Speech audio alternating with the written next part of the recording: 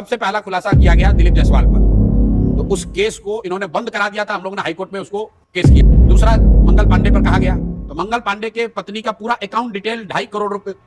तीसरा, सम्राट चौधरी की जहां तक बात है, तो अभी इन पर जारी किए हैं, गवर्नर के यहां जाकर हम लोगों ने दिया। आप सभी को नमस्कार। मैं पीयूष तिवारी आज आप लोग के बीच में एक नई वीडियो के साथ। बिहार में विधानसभा का चुनाव है और बिहार का विधानसभा बस बिहार तक ही लिमिट नहीं है।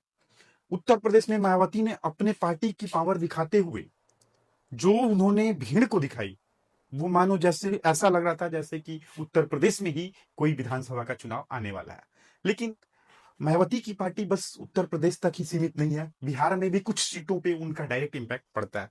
बिहार में जैसे सासाराम, कैमूर, बक्सर की कुछ सीटें हैं जहां पे बहुजन का बहुत अच्छा वर्चस्व है और बहुत बार यहां से विधायक चुन के विधानसभा में गए हैं, तो इसका इम्पैक्ट बिहार में भी दिखेगा। लेकिन अब मैं बताऊं कि आज तक जो हर एक स्टेट का मुख्यमंत्री चुनता रहा, इवन भारत का प्रधानमंत्री भी चुना, उस इंसान को ऐसी क्या पड़ी जो अपने होम स्टेट में जाके मुख्यमंत्री बनने का शौक दिखा रहा है। उसका नाम है प्रशांत किशोर। प्रशांत किशोर एक मैच्योर लीडर है, एक मैच्योर सलाहकार है। जिस टाइप से मीडिया उनसे क्वेश्चन करती है, उसी टाइप से उसका आंसर देते हैं। बहुत से ऐसे मीडिया हैं और मीडिया के मेंबर हैं जो उनके सामने क्वेश्चन पूछने में ही भटक जाते हैं। उस इंसान को अब मौका मिला है बिहार के राजनीति को संभालने में, और जब से उन्होंने बिहार में अपनी एक्टिवनेस को दिखाई है, उसके बाद बिहार में कोई ऐसी पार्टी नहीं जो उनसे ऊपर उठ के जाए। मैं ऐसा क्यों कह रहा हूं?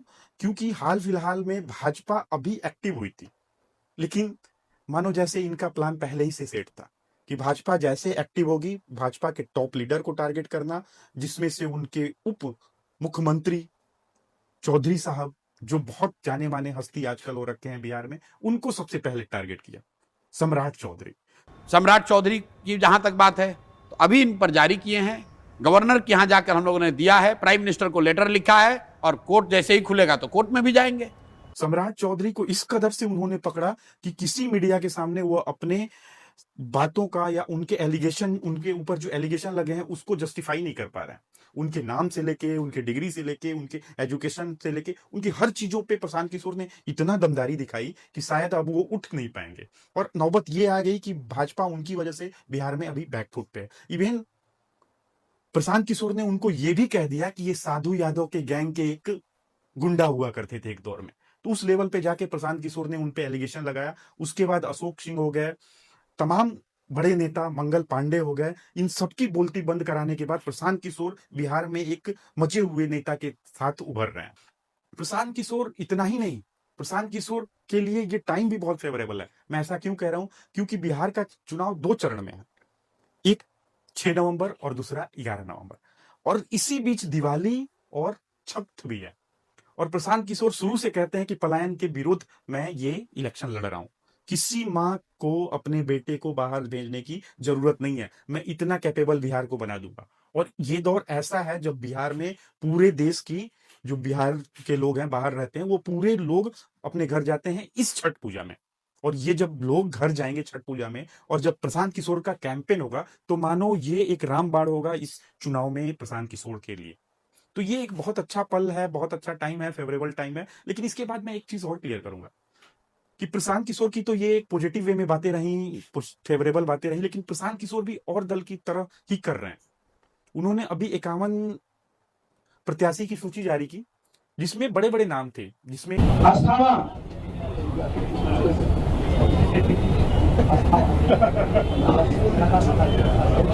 लता सिंह अस्थाना से,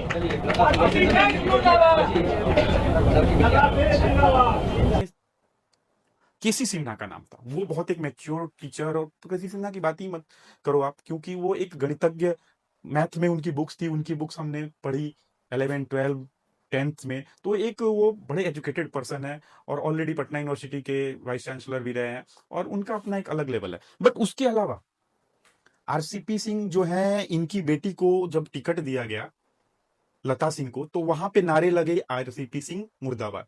ये वही आरसीपी सिंह है जो नीतीश कुमार के राइट हैंड हुआ करते थे।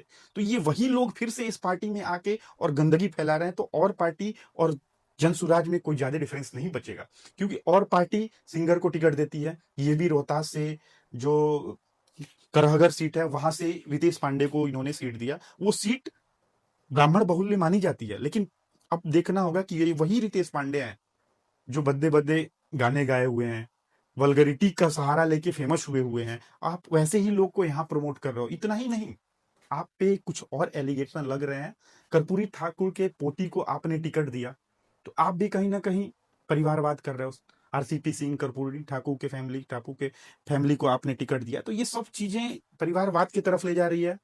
बड़े बड़े लोगों को आप टिकट दे रहे हो। आप शुरू में कहते थे कि मैं उन लोगों को लाऊंगा जो ग्राउंडेड लोग हैं, ग्राउंड सॉफ्ट फ्लोर पे काम करते हैं, जो आपकी पदयात्रा में जिन्होंने झंडा पकड़ा, शायद आप उनको अब धीरे धीरे भूलते जा रहे हैं, और जिनके पास पैसा है, रुपया है, शोहरत है, नाम है, आप उनको टिकट दे रहे हो। तो इनडायरेक्टली आप भी एक केजरीवाल की तरह बनते जा रहे हो। आपकी पार्टी भी कहीं ना कहीं उसी पाथ पे चल रही है।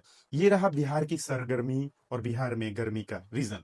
अगर वीडियो अच्छी लगे तो आप चैनल को सब्सक्राइब करें और वीडियो को लाइक करें।